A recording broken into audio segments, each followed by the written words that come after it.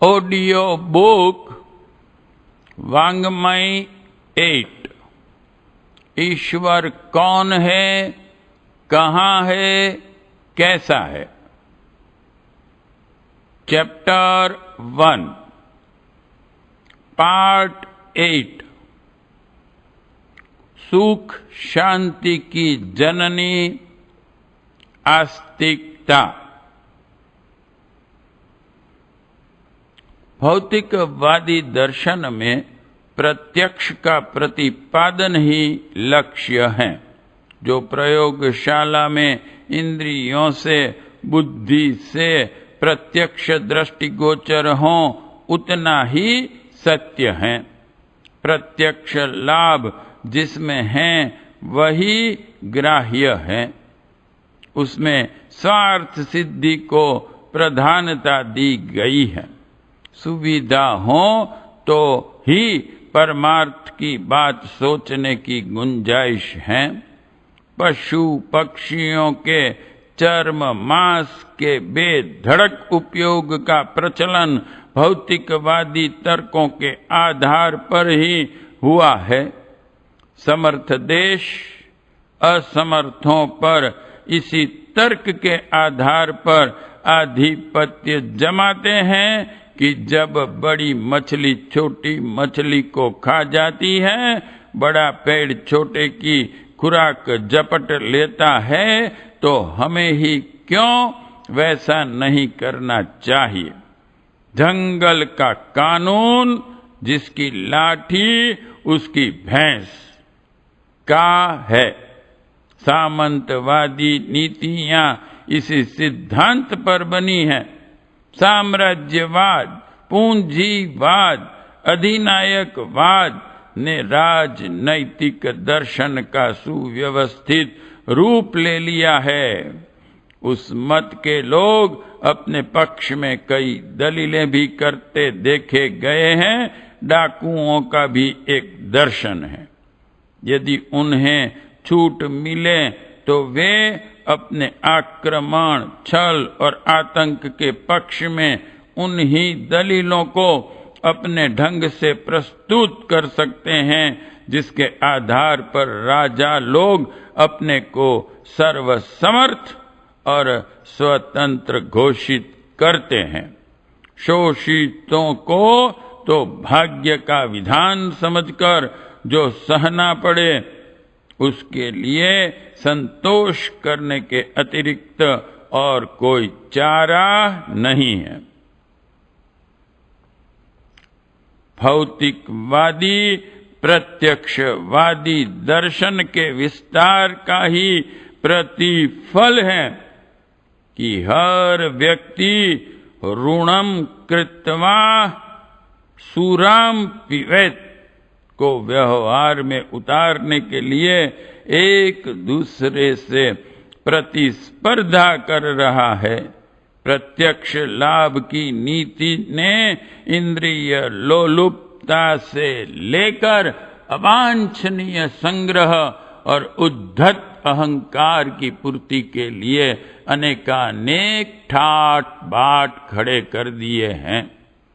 यह प्रत्यक्षवाद ही है जिसमें नैतिकता एवं उदारता को मूर्खता कहा गया है और जिस तरह बने उस तरह स्वार्थ सिद्ध करते रहने को प्रोत्साहित किया है।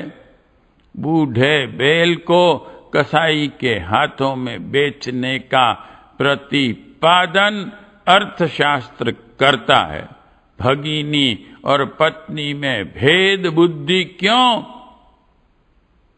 जबकि अन्य प्राणियों में इस प्रकार का कोई अंतर नहीं किया जाता। प्रत्यक्षवादी तर्क ऐसे हैं जिन्हें अपनाने पर मनुष्य समस्त नैतिक मर्यादाओं को उठाकर ताक पर रख देता है और जैसे भी बने वैसे, जिससे भी बने उससे जैसा भी भला बुरा स्वार्थ सिद्ध होता हो तो उसे करने के लिए तत्पर रहता है।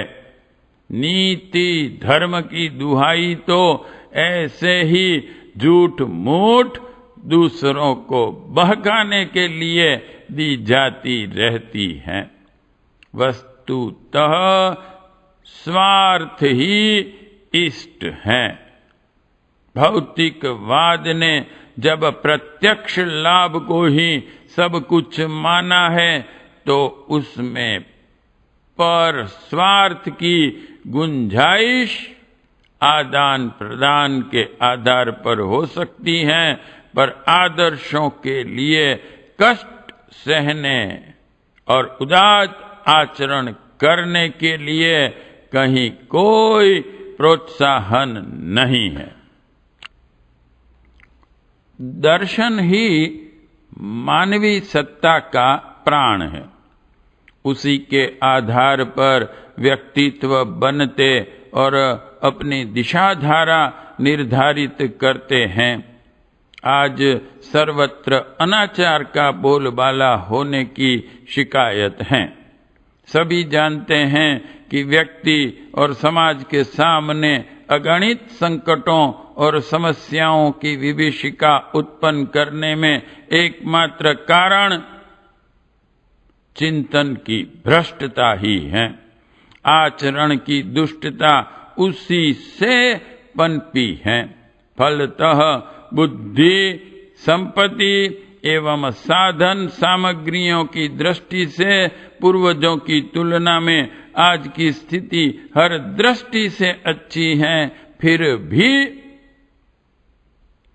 विभीषिकाओं के पर्वत सामने खड़े हैं और सर्वनाशी विनाश के गर्त में गिरने के लिए समूची मनुष्य जाति द्रुत गति से अग्रसर होती चली जाती है।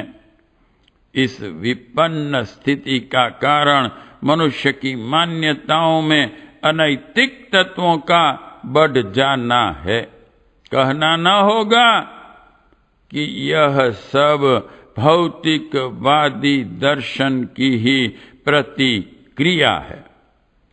यह सब इसी रूप में बना रहा और बढ़ता रहा तो वह दिन दूर नहीं जब हम क्रमशः नर पशु ही नहीं रहेंगे, नर पिशाच बनकर एक दूसरे का परोक्ष शोषण करने से संतुष्ट ही नहीं होंगे, बल्कि प्रत्यक्ष रक्तपात करेंगे। पवित्रता और उदारता जैसे धर्म प्रतिपादन, शोध एवं वाक चातुरी के विषय बनकर रह जाएंगे। कैसा भयानक होगा वह दुर्दिन। समय रहते चेतने की आवश्यकता है। हमें दार्शनिक क्रांति करनी चाहिए। आस्तिकता के मर्मस्थल में उलट पुलट करने की तैयारी करनी चाहिए। आस्थाओं का अनुगमन बुद्धि को करना पड़ता है। शरीर की हलचलें मन बुद्धि के इशारे पर होती हैं। आचरणों के अनुरूप परिस्थितियां बनती हैं। विपन्न परिस्थितियां नरक हैं, सुसंपन्न परिस्थितियों को स्वर्ग कहा जाता है। स्वर्ग और नरक के पौधे वस्तुतः आस्थाओं की भूमि पर उगते उपजते हैं। यदि सुधार की आवश्यकता वस्तुतः समझी जा रही हो तो आस्थाओं को उत्पन्न करना चाहिए। जनमानस का परिष्कार यही है। विचार क्रांति का उथला अर्थ नहीं लेना चाहिए। मस्तिष्क को प्रशिक्षित करने भर से बात नहीं बनेगी। परिष्कार तो अंतःकरण का करना है। धार्मिकता और आस्तिकता का अवलंबन हम इसी आधार पर अपना रहे हैं।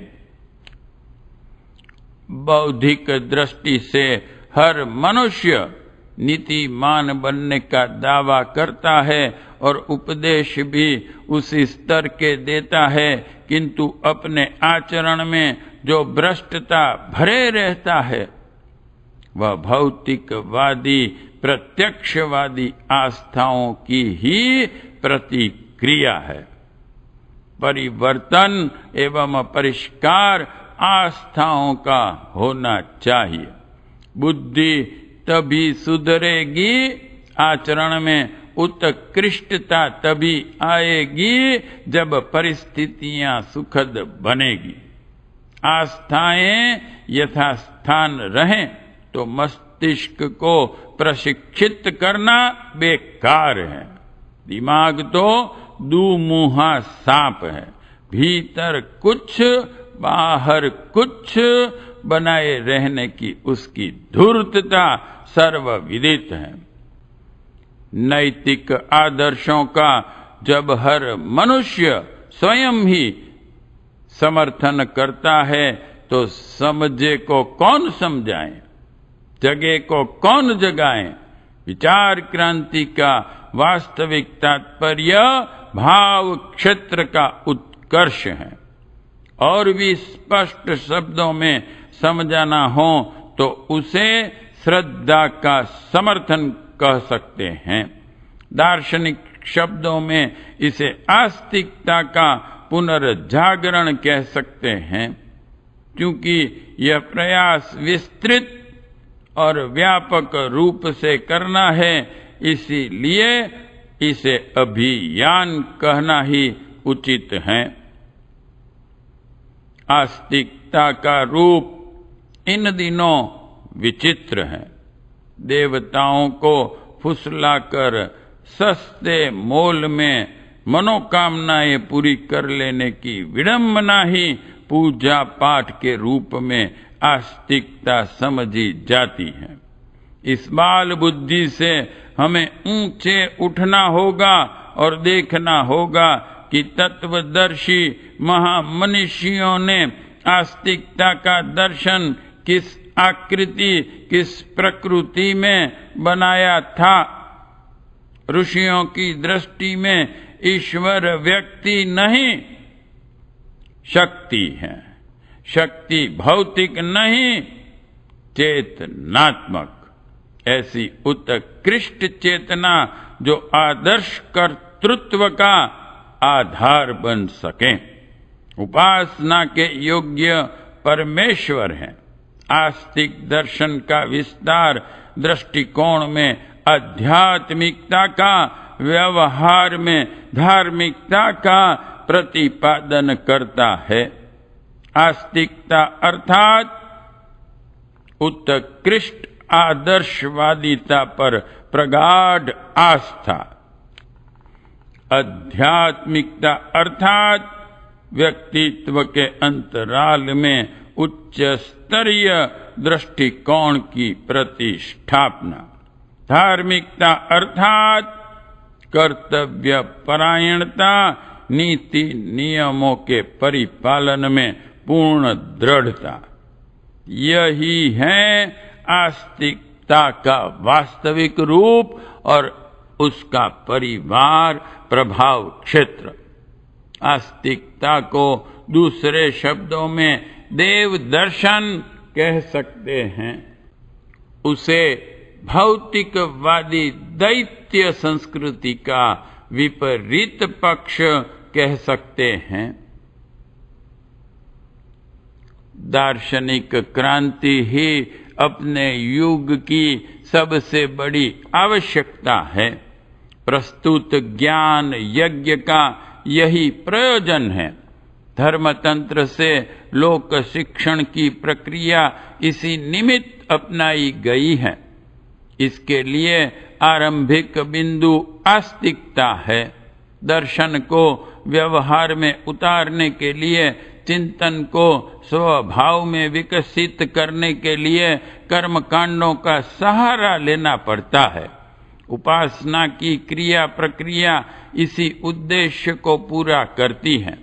उपासना पद्धति का जनसाधारण को अभ्यास कराने का तात्पर्य अंतराल में आस्तिकता की आस्था को प्रतिष्ठापित एवं परिपक्व करना है। कर्म के साथ विचार भी रहता है। दर्शन को स्वभाव और अभ्यास में उतारना हो तो उपासना परक कर्म कांडों को अपनाए बिना गाड़ी एक कदम आगे न बढ़ेगी। शुष्क दर्शन को विचारते भर रहने से उसे जीवन व्यवहार में स्थान मिल ही नहीं सकेगा। आस्तिकता दर्शन है और उपासना व्यवहार। एक प्राण है, दूसरा शरीर। एक ज्ञान है, दूसरा कर्म। दोनों का समन्वय होने से ही भावनात्मक उत्कृष्टता का प्रगति रथ अग्रगामी होता है। विचार जब क्रिया रूप से दृश्य रूप में परिणित होते हैं तो अंतश्चेतना में तथ्यों की गहरी अवधारणा होती है। उस समन्वय से ही संस्कार बनते हैं। सद्भाव संवर्धन के लिए सत्कर्म करने की अनिवार्य आवश्यकता है। परमार्थ वृत्ति का विकास पुण्य करने, सेवा धर्म अपनाए बिना हो ही नहीं सकता। कोई व्यक्ति मात्र चिंतन करता रहे, विचारणा को क्रिया रूप में न उतारे तो कल्पना की उड़ान भर उड़ी जा सकेगी। उससे स्वभाव संस्कार का निर्माण नहीं हो सकेगा। व्यक्ति को ढालने के लिए उसे कर्म की भट्ठी में तपाना और गलाना पड़ता है। आस्तिकता का दर्शन हृदय गम कराने के लिए उपासना के क्रिया कृत्यों की आवश्यकता इसीलिए समझी गई है और उसे अनिवार्यता दी गई है। यह सच है कि भावना और विचारणा रहित धर्मानुष्ठानों की लकीर पीटने और चिन्ह पूजा करने को विडंबना ही कहा जाना है। प्राण रहित शरीर का क्या मूल्य रह जाएगा। किंतु यह भी ठीक है कि भावना और विचारणा को चिरस्थायी बनाने के लिए उन क्रिया कृत्यों की आवश्यकता रहेगी जिन्हें उपासनात्मक कर्मकांड या धर्मानुष्ठान कहते हैं। उपासना का प्रचार विस्तार प्रकारांतर से आस्तिकतावादी दर्शन को ही जनमानस में प्रतिष्ठापित कराने का तथ्यपूर्ण उपाय है। आस्तिकता व्यक्ति और समाज की सुख शांति एवं प्रगति की आधारशिला है। उपासना को भी वही श्रेय और महत्व दिया गया है। आस्तिकता और उपासना एक ही तथ्य के दो पहलू है। युग निर्माण अभियान के कार्यक्रमों में कितने ही उपासनात्मक कर्मकांडों को प्रमुखता दी गई है। इसका मूल प्रयोजन आस्तिकवादी दर्शन के लिए अंतःकरणों में उर्वरता उत्पन्न करने और फसल खड़ी करने का उपक्रम बनाना है। जन जन के मन में आस्तिकवादी दर्शन को प्रतिष्ठापित और समुन्नत बनाने के लिए उपासना का कर्मकांड लोकप्रिय बनाने की आवश्यकता है। उसका प्रचलन व्यापक रूप से होना चाहिए।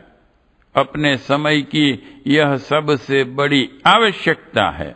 देखने में यह छोटा काम लगता है और इसके माध्यम से कोई बड़ा सत्परिणाम उत्पन्न होने में संदेह उठता है, अविश्वास होता है, किंतु वास्तविकता वैसी नहीं है।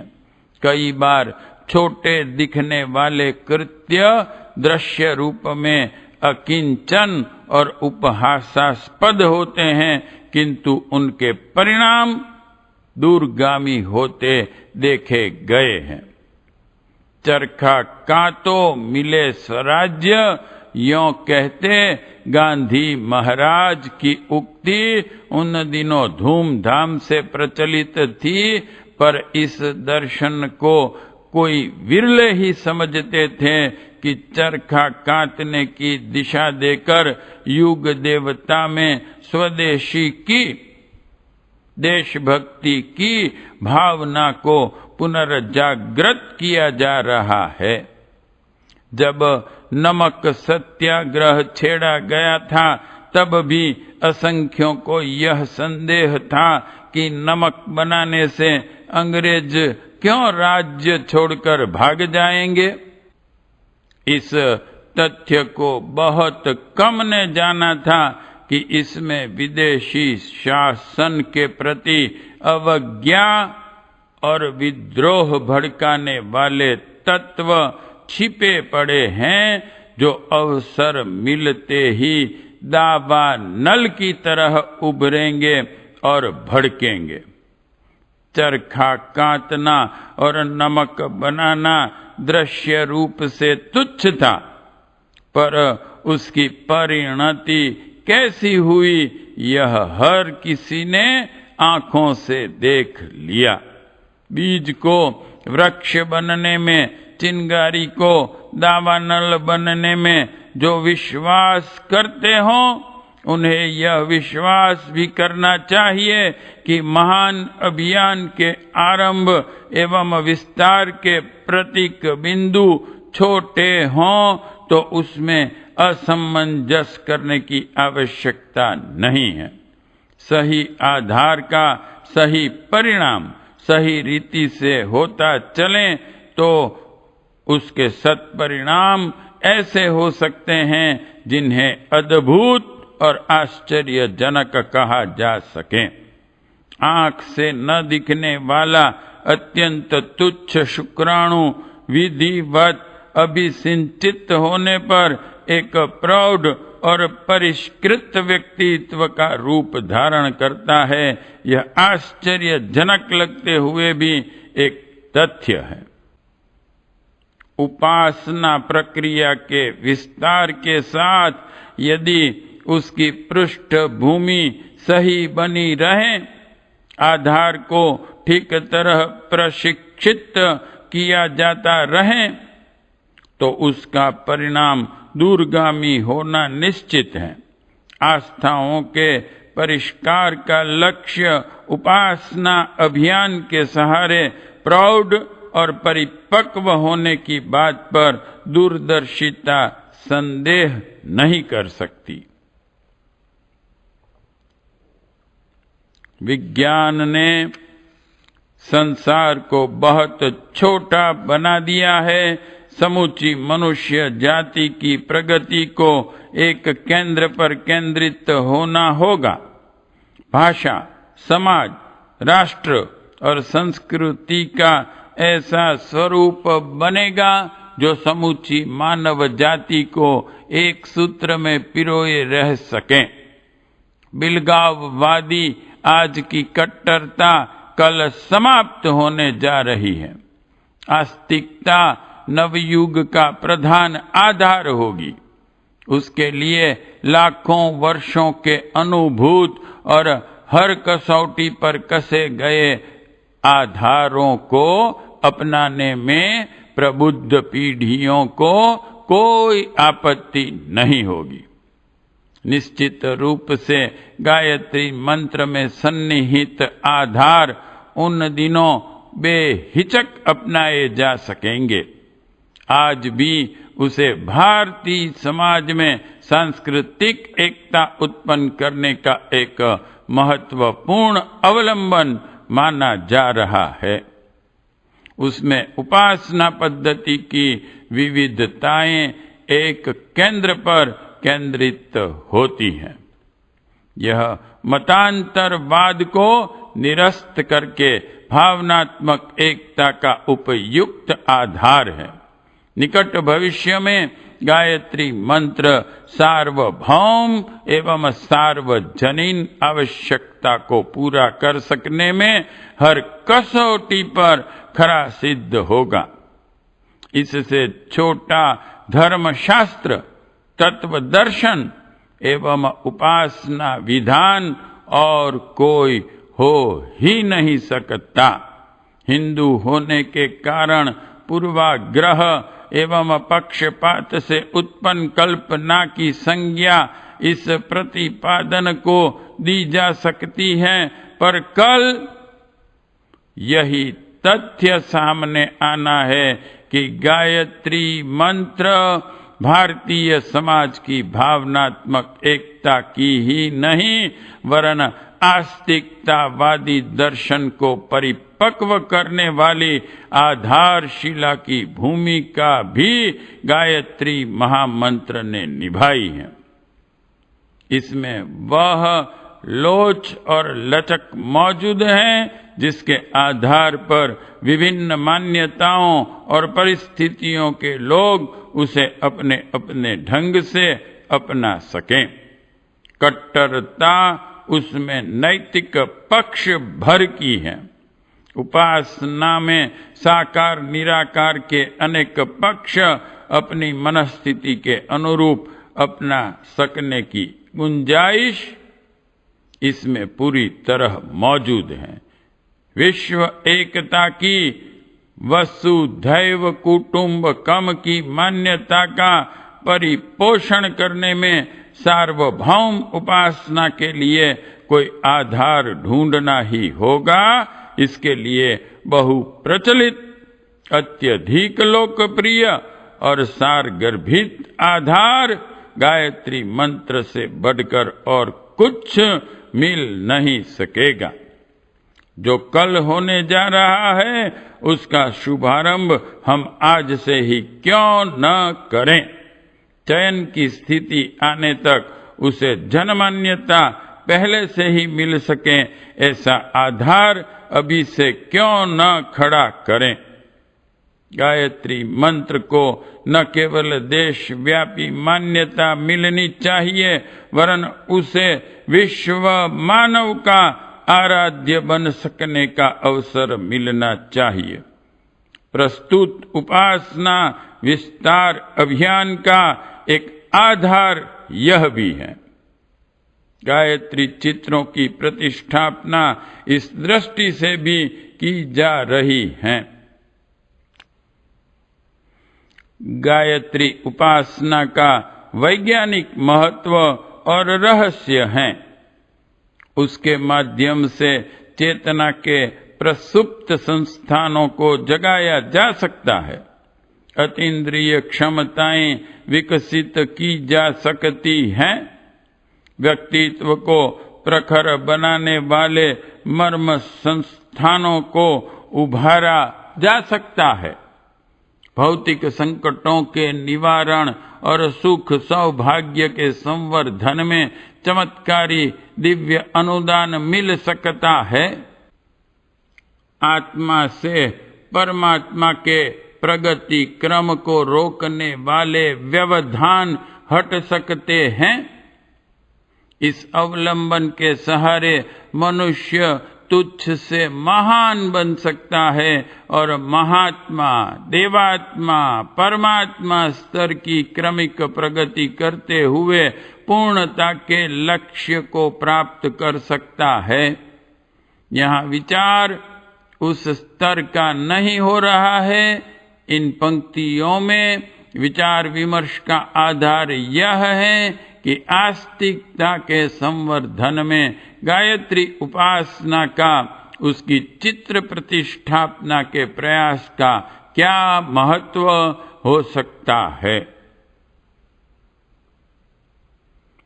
कैलेंडरों की तरह तस्वीर घर में टांग देने या खिलौने की तरह चित्र को किसी चौकी पर सजा देने की बात नहीं कही जा रही है, वरन अभीष्ट यह है कि जिस घर में यह स्थापना हो उस परिवार का हर सदस्य ईश्वर के अस्तित्व को, उसके प्रभाव एवं प्रतिफल को समझने योग्य मनस्थिति बनाए। कहा गया है कि भोजन करने से पहले तो अनिवार्य रूप से संभव हो तो सोने से पहले भी उस चित्र को नमन करने की पद्धति अपनाई जाए। यह न्यूनतम उपासना पद्धति है। इसमें 2-4 मिनट लगते हैं। स्नान आदि का कोई बंधन नहीं है। इसमें न फुर्सत मिलने की कठिनाई है और न मन के उचटने का बहाना। इसे चिन्ह पूजा के ढंग से करने में भी किसी को कोई दुराग्रह नहीं होना चाहिए। जिस घर के अधिकांश सदस्य इस स्वल्प प्रक्रिया को अपनाने लगेंगे, वहां गाड़ी आगे भी पटरी पर लुढ़कने लगेगी। आस्तिकता के सिद्धांतों को समझने और समझाने का भी सिलसिला चल पड़ेगा।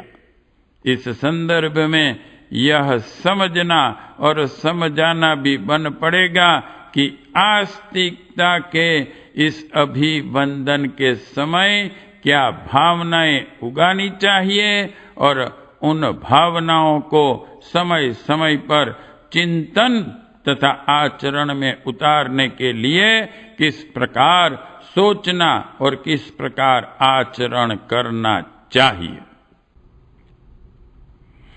उपासना में सामूहिकता जोड़ देने से उसका प्रभाव और भी अधिक बढ़ जाता है।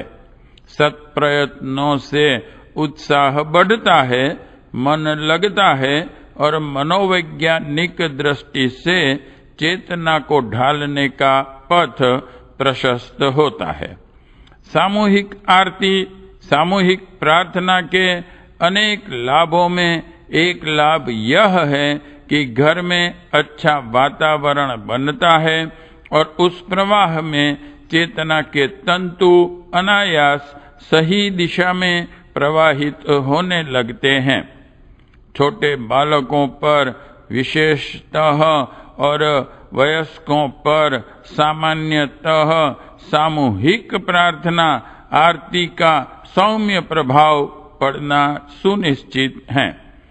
यह प्रभाव तत्काल भले ही कुछ विशेष प्रभाव उत्पन्न करें या ना करें, पर अचेतन मन पर ऐसी छाप छोड़ता है जिसमें आस्तिकता के साथ जुड़े हुए आदर्शों को झड़ जमाने और फलने फूलने का अवसर मिले। आश्रमों, मंदिरों, धर्मस्थानों में ही नहीं, घर गृहस्थी में भी सामूहिक आरती प्रार्थना का समान महत्व है। आग हर जगह गर्मी उत्पन्न करती है। बुरे प्रसंग अपना बुरा प्रभाव प्रस्तुत करते हैं, तो कोई कारण नहीं कि सदुद्देश्य के लिए किए जाने वाले सत्प्रयोजन अपना अच्छा प्रभाव उत्पन्न न करें, अच्छी छाप न छोड़ें। इस कार्य में जो थोड़ा सा समय लगता है, उसका प्रभाव परिवार में धार्मिक रुझान एवं नैतिक अनुशासन उत्पन्न करने के रूप में सामने आता है। गायत्री भारतीय संस्कृति की जननी और यज्ञ भारतीय धर्म का पिता है। इन दोनों की मान्यता, प्रतिष्ठापना घर घर में होनी चाहिए। यह पौधे जिन घरों में सींचे जाते रहेंगे, उनमें भावनात्मक उत्कृष्टता एवं चारित्रिक श्रेष्ठता की संभावना उनकी अपेक्षा कहीं अधिक रहेगी, जहां ऐसा कुछ होता ही नहीं। परिवार के सदस्यों से कहा गया है कि उनके घरों में से गायत्री माता एवं यज्ञ पिता की अभ्यर्थना का क्रम नियमित रूप से चल पड़ना चाहिए और वह ऐसा होना चाहिए कि एकाध व्यक्ति नहीं वरन पूरा परिवार उस प्रक्रिया के साथ संबंध रह सके। इसके लिए विधि व्यवस्था ऐसी बनाई गई है जिसमें समय या धन संबंधी कठिनाई किसी को भी अनुभव न करनी पड़े। सुविधा और सरलता का इस न्यूनतम प्रचलन में पूरा ध्यान और पूरा स्थान रखा गया है। अशिक्षित और अनजानों के लिए भी इसमें तनिक भी कठिनाई नहीं है।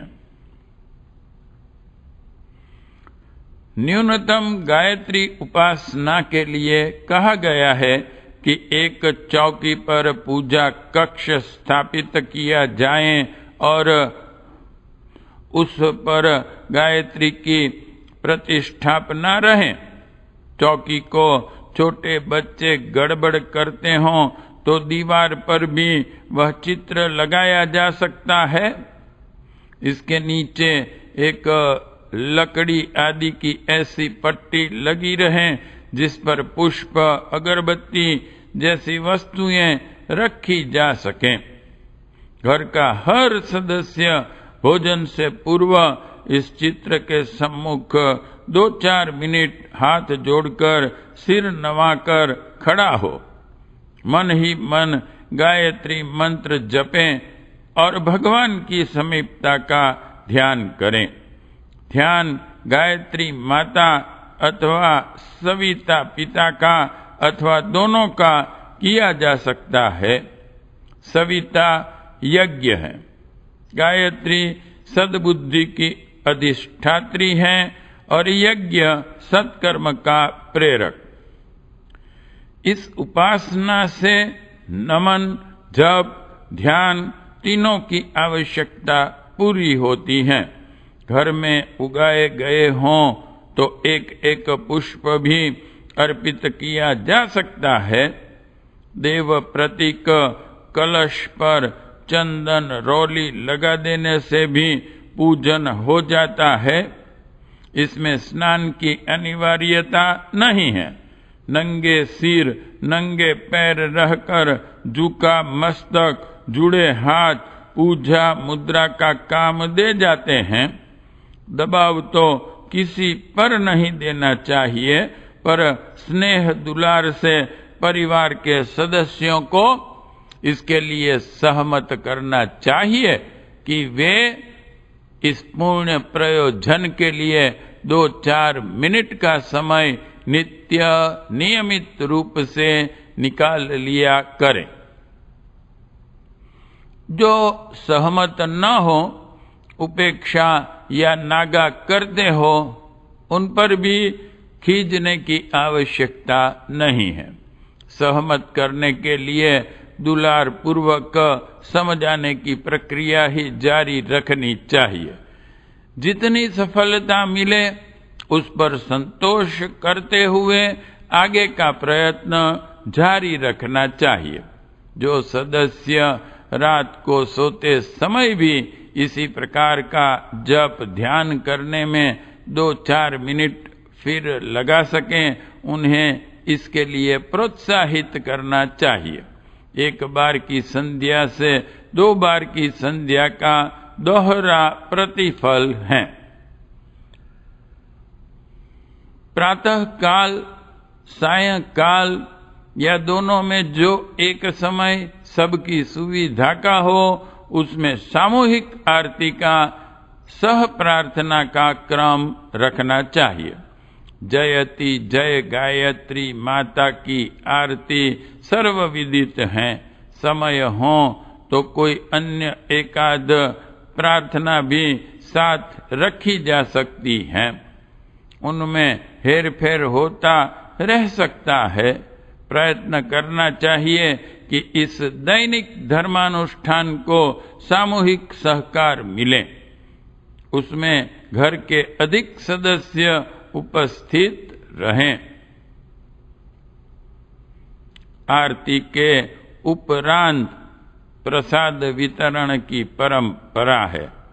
युग निर्माण परिवार ने इस संदर्भ में सस्तेपन के चरम बिंदु को छूने वाले प्रचलन किए हैं।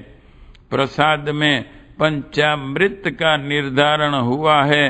पंचामृत: 1 गंगा जल, 2 सामान्य जल, 3 चंदन, 4 तुलसी पत्र, 5 शक्कर।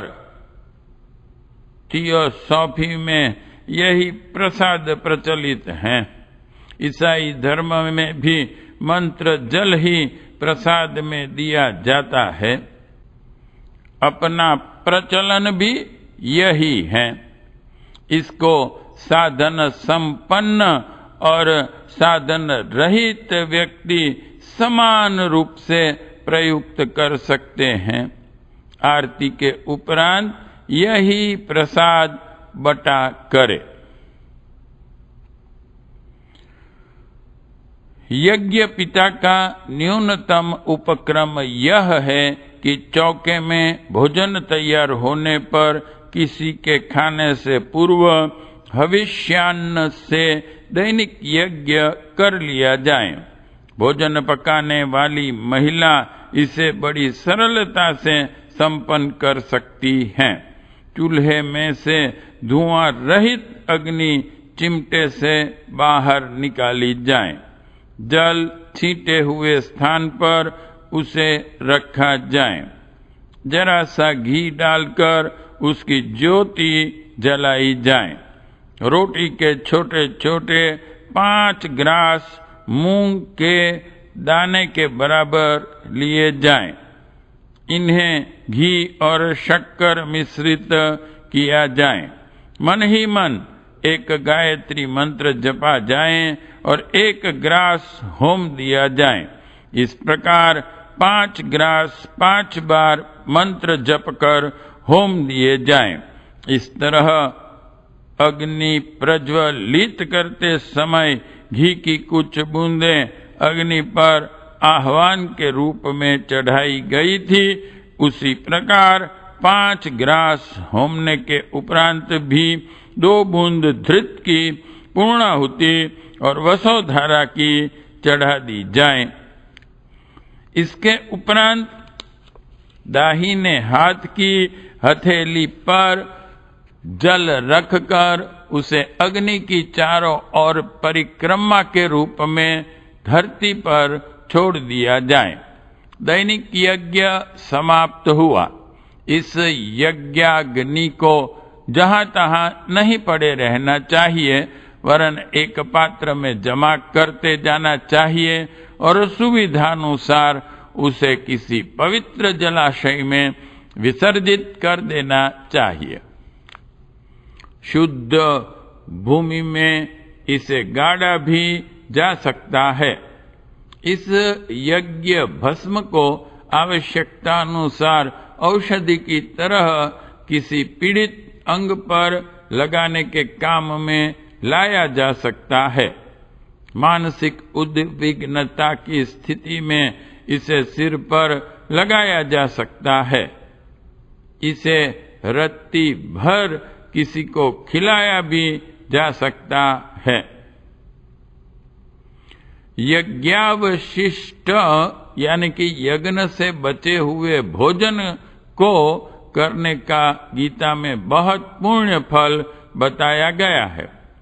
भोजन बनाने की घंटों की प्रक्रिया में 2-4 मिनट में संपन्न हो जाने वाली बिना किसी खर्च की इस प्रक्रिया को भावनाशील महिलाएं अपने घर परिवार में अपने उत्साह भर से पूरा करती रह सकती हैं। यज्ञ भगवान को भोग लगाने के उपरांत बचा हुआ सभी भोजन प्रसाद रूप बन जाता है। इसका उपयोग करने वालों में सहज ही सद्भावना बढ़ने की आशा अपेक्षा की जा सकती है। सांस्कृतिक परंपरा का निर्वाह तो इसमें ही है। महिलाओं को घरेलू कार्यों में व्यस्त रहने के कारण उपासना का उपयुक्त समय नहीं मिल पाता। वे भोजन पकाते समय मानसिक गायत्री जप करती रहें तो उसका प्रभाव उस आहार में सम्मिलित होकर जप करने वाली महिला और उसके परिवार का कल्याण ही करेगा। गोदी के बच्चे को पान कराते समय भी इसी प्रकार का मानसिक जप करते रहना बालक की सद्बुद्धि बढ़ाने और प्रतिभा निखारने में बहुत सहायक होता है। जो महिलाएं पूरा गायत्री मंत्र न जप सकें, वे पंचाक्षरी लघु गायत्री ओम भूर्भुवः स्वः इतना याद करके काम चला सकती हैं। इतना भी न बन पड़े तो ओम का जप तो सर्वसुलभ है, उसमें शिक्षा या स्मरण शक्ति की भी आवश्यकता नहीं पड़ती। विधान छोटा विस्तार अधिक की नीति अपनाकर चलने से छोटे छोटे कदम लंबी मंजिल पार कर सकते हैं। बड़े और कठिन विधानों को थोड़े लोग ही अपना सकते हैं।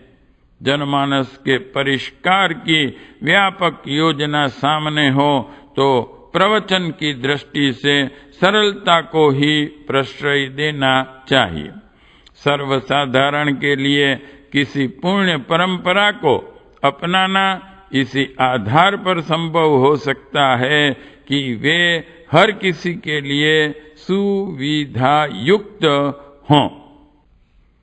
गायत्री उपासना और यज्ञ प्रक्रिया का प्रकाश एवं प्रभाव जन जन तक पहुंचाने का लक्ष्य पूरा करने के लिए जहां उसे सरल बनाया गया है, वहां उसे अपनाने और दृढ़ता पूर्वक हर स्थिति में जारी रखने के लिए भी कहा गया है। उत्साह क्षणिक नहीं होना चाहिए, उसे पानी के बबूले की तरह उपहासास्पद नहीं होना चाहिए, वरन चट्टान की तरह अडिग होना चाहिए। सीता राम वनवास जाते हैं, दशरथ जी मरणासन्न स्थिति में पड़े हैं, कौशल्या विलाप करती हैं, घर का वातावरण पूरी तरह विक्षुब्ध है। ऐसी स्थिति में दैनिक धर्म कृत्यों में उपेक्षा न होने देने के संबंध में राम जागरूक हैं और वाल्मीकि रामायण के अनुसार वे माता कौशल्या को चलते समय बार बार स्मरण दिलाते हैं कि नित्य यज्ञ की पुण्य परंपरा में इन परिस्थितियों में भी व्यतिरेक नहीं होना चाहिए। उसे हर हाल में नियमित रूप से जारी रखा जाना चाहिए।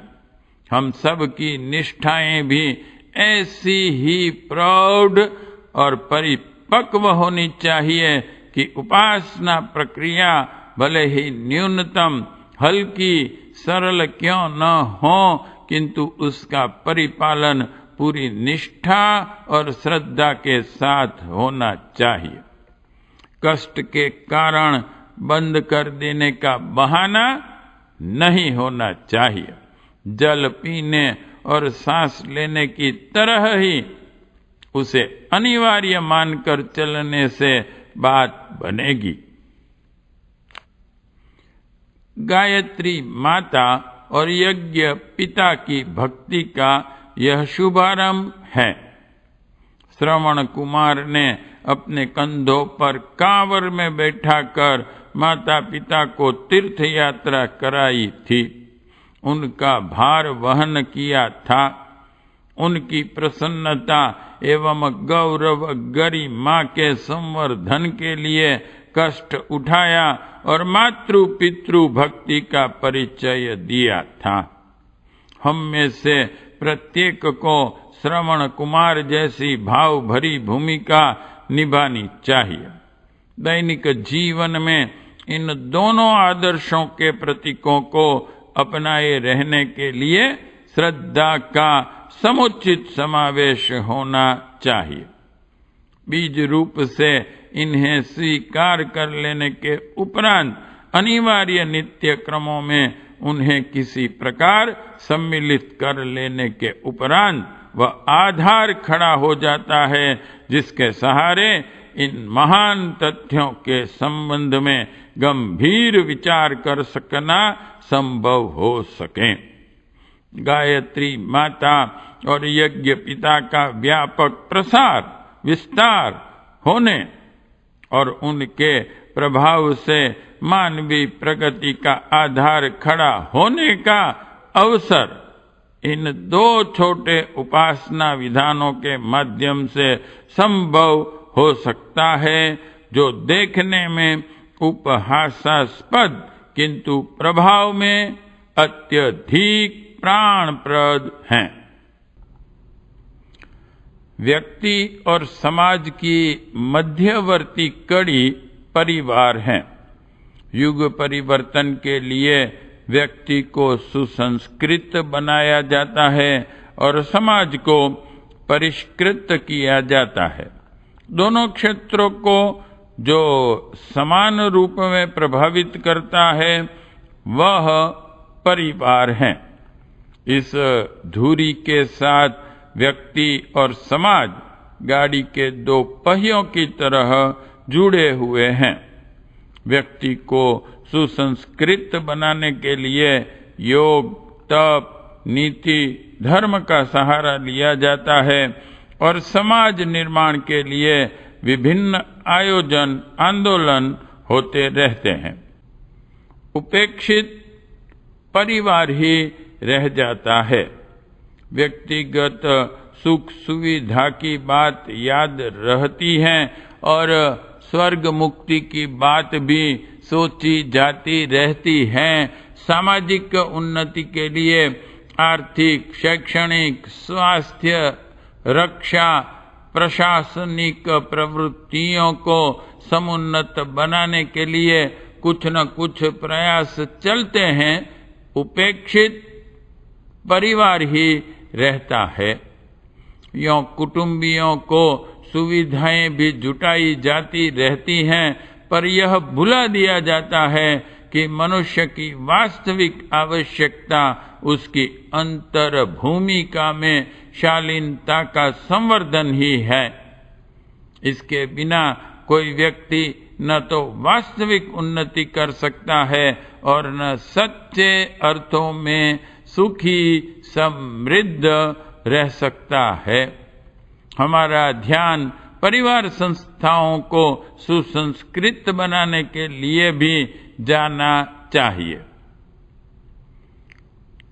गायत्री और यज्ञ का तत्व ज्ञान परिवार संस्था की नर्सरी में बोया, उगाया और बढ़ाया जाए।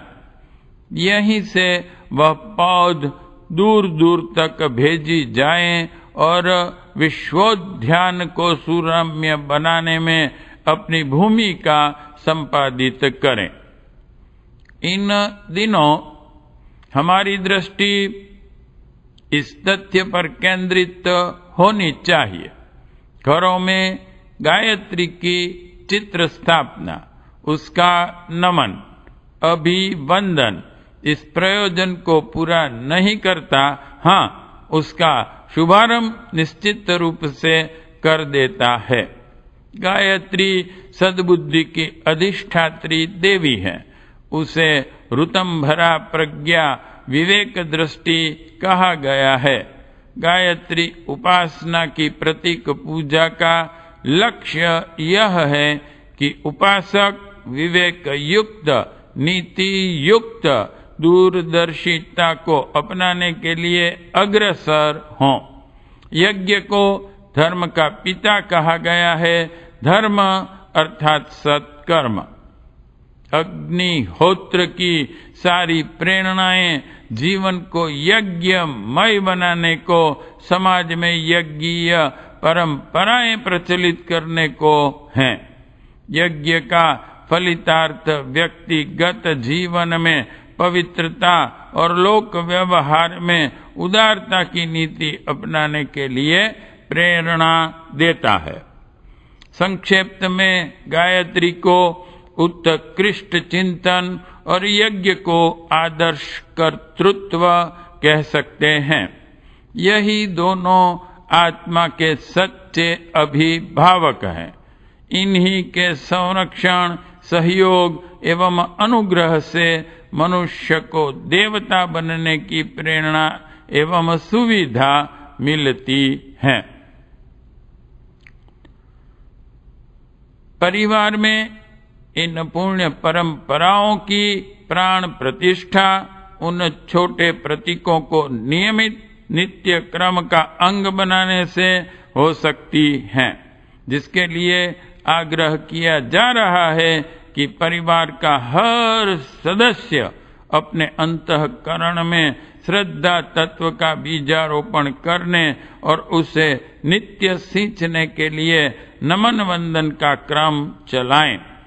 घर में तुलसी का बीरवा स्थापित करने, उसमें जल चढ़ाने, सूर्य का ध्यान और एक परिक्रमा करने की परंपरा अभी भी अनेक धार्मिक परिवारों में प्रचलित है। नित्य नमन उसी का थोड़ा सुधारा हुआ रूप है। तुलसी के बीरवे की तरह ही चित्र के नमन वंदन से प्रेरणा मिल सकती है, उससे अधिक भी, क्योंकि पौधे की तुलना में देवत्व मिश्रित मानवीय आकृति की प्रतिमा में प्रेरणा का तत्व निश्चित रूप से अधिक ही रहता है। यज्ञावशिष्ट भोजन करना भगवान को प्रथम समर्पण, तदुपरांत अपने लिए उपयोग का तत्व दर्शन मानवीय उदारता में अभिवर्धन का दिशा निर्देश है। उपयोग करने से पूर्व उपार्जन में से एक अंश पिछड़ेपन को घटाने और सत्प्रयत्नों को बढ़ाने के लिए लगाने की बात न भूलें। यही है यज्ञ की शिक्षा और प्राणवान प्रेरणा। इसे अपनाया जा सके तो मानवीय प्रवृत्तियां देवत्व की दिशा में बढ़ेंगी और सामाजिक प्रगति का पथ प्रशस्त होगा। यज्ञीय दर्शन यही है। भगवान को भोग लगाना, प्रथम अग्नि देव के मुख में ग्रास देना, अपनी अनभ्यस्त सत्प्रवृत्तियों को जागृत करने की एक छोटी किंतु महत्वपूर्ण क्रिया प्रक्रिया है। पथ का कर्मकांड कुछ भी हो, उसका तत्व दर्शन एक ही है। दैवी परंपराओं के परिपोषण में हमारा योगदान, अंशदान अनिवार्य रूप से लगना चाहिए। यह तथ्य और सत्य यदि जनमानस की गहराई में प्रवेश कर सकें तो उन सपनों के साकार होने में देर न लगेगी जिनमें मनुष्य में देवत्व और समाज में स्वर्गीय वातावरण के विकास विस्तार की परिकल्पना की गई है। गायत्री यज्ञ की प्रतीक पूजा शुभारंभ है। इसे ध्वजारोहण, शिलान्यास एवं बीज वपन की संज्ञा दी जा सकती है। यह अंतिम नहीं, आरंभिक है। इतने भर से लक्ष्य पूरा नहीं होता, वरन दिशा निर्धारण एवं मार्गदर्शन होता है। चूक वहां होती है जहां प्रतीक पूजा की क्रिया को ही सब कुछ मान लिया जाता है और उतने से ही लंबी चौड़ी उपलब्धियां प्राप्त होने की बात सोची जाने लगती है। हरी झंडी से गाड़ी चलने की बात व्यवस्था की दृष्टि से अत्यंत महत्वपूर्ण और आवश्यक है, किंतु वह गतिशील तो इंजन की ताकत से होती है। हरी झंडी दिखाने की सार्थकता तब बनती है जब इंजन भी दौड़ने की क्षमता से संपन्न हो। उपासनात्मक कर्मकांडों के साथ उच्च स्तरीय भावनाओं और प्रवृत्तियों को भी जुटाने की आवश्यकता पड़ती है, तभी वे सार्थक होते हैं। गायत्री और यज्ञ की प्रतीक पूजा आरंभ करने के उपरांत आवश्यक है कि इन प्रेरणाओं को उत्कृष्ट चिंतन एवं आदर्श कर्तृत्व के रूप में हर सदस्य को समझाने और स्वभाव का अंग बनाने के लिए अनवरत प्रयत्न किया जाता रहे।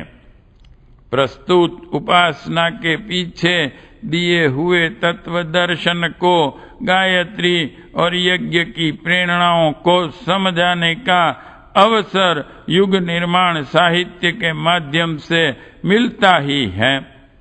उसे अपने ढंग से घर के सदस्यों को उसी तरह समझाना चाहिए जैसा कि मिशन की पत्रिकाएं आपको समझाने का प्रयत्न करती रहती हैं।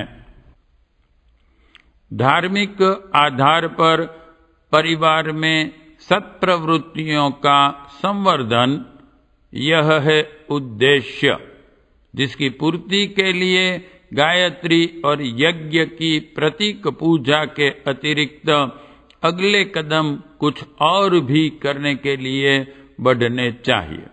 घर में कथा कहानियों का दैनिक प्रचलन इस दिशा में महत्वपूर्ण कदम हो सकता है। कहानियां बाल वृद्ध सभी को प्रिय लगती हैं। लोक रंजन के साथ लोक मंगल के तत्व दो साधनों के सहारे अधिक अच्छी तरह हृदयगम कराए जा सकते हैं।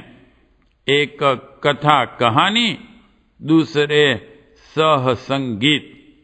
इस संगीत का एक नाम कीर्तन भी है। मिलजुल कर भाव भरे गीत गाने से उनमें सामूहिकता की तीसरी शक्ति भी जुड़ जाती है और अर्थ की प्रेरणा तो भाव भरे गीतों में पहले से ही रहती है। आरती प्रार्थना के समय तो इस प्रकार के गीत गायन आवश्यक ही हैं। इसके अतिरिक्त साप्ताहिक रूप से या अन्य किसी व्यवस्था के अंतर्गत घरों में भाव भरे सहसंगीत की भजन कीर्तन की व्यवस्था रहनी ही चाहिए। कहानी कहना एक महत्वपूर्ण कला है। उसमें वक्तृत्वता का वाणी परिमार्जन का अवसर कहने वाले को मिलता है। सुनने वाले उसे सुनते तो मनोरंजन के लिए कुतूहल वश ही हैं, किंतु अनायास ही उन्हें उपयोगी मार्गदर्शन प्राप्त करने का अवसर मिल जाता है। प्रत्यक्ष उपदेश की अपेक्षा शिक्षण के लिए कथा शैली की उपयोगिता असाधारण है। प्रत्यक्ष शिक्षा में बहुत बार मतभेद भी खड़े होते हैं, किंतु कथा प्रसंगों में घुली हुई शिक्षा सहज ही गले उतरती चली जाती हैं। छोटे बच्चों के लिए पशु पक्षियों की कहानियां हल्की फुल्की रहने के कारण उपयोगी होती हैं, किंतु बच्चों के कुछ बड़े होने के उपरांत पौराणिक ऐतिहासिक कथाएं अधिक प्रभावोत्पादक सिद्ध होने लगती हैं। जीवन चरित्र में प्रेरक अंश प्रशंसात्मक ढंग से और हेय अंश निंदा परक समीक्षा के साथ कहे जा सकते हैं। इतिहास में उपलब्ध विविध प्रकार के स्मरण भी इस प्रयोजन की पूर्ति करते हैं। सामयिक समाचार पत्रों में छपने वाली तथा जहां तहां से सुनने में आने वाली घटनाएं भी कहानी की तरह रोचक टिप्पणियां लगाकर इस प्रकार कही जा सकती हैं जिससे मनोरंजन और नीति शिक्षण के दोनों ही उद्देश्य पूरे हो सकें। सर्वविदित हैं कि हितोपदेश और पंचतंत्र की कहानियां अव्यवस्थित लड़कों को बुद्धिमान और नीतिमान बनाने के लिए लिखी गई थी और उनसे अभीष्ट उद्देश्य भली प्रकार पूरा भी हुआ था। कथा कहानियों का दैनिक पारिवारिक प्रचलन भी प्रकारांतर से कुटुंबियों के दृष्टिकोण एवं भाव संस्थान को परिष्कृत करने का एक महत्वपूर्ण उपाय उपचार है। इस माध्यम से उपलब्ध हुई दिशा धारा घर के सदस्यों को सुसंस्कृत बनाने में असाधारण रूप से सहायक सिद्ध हो सकती है।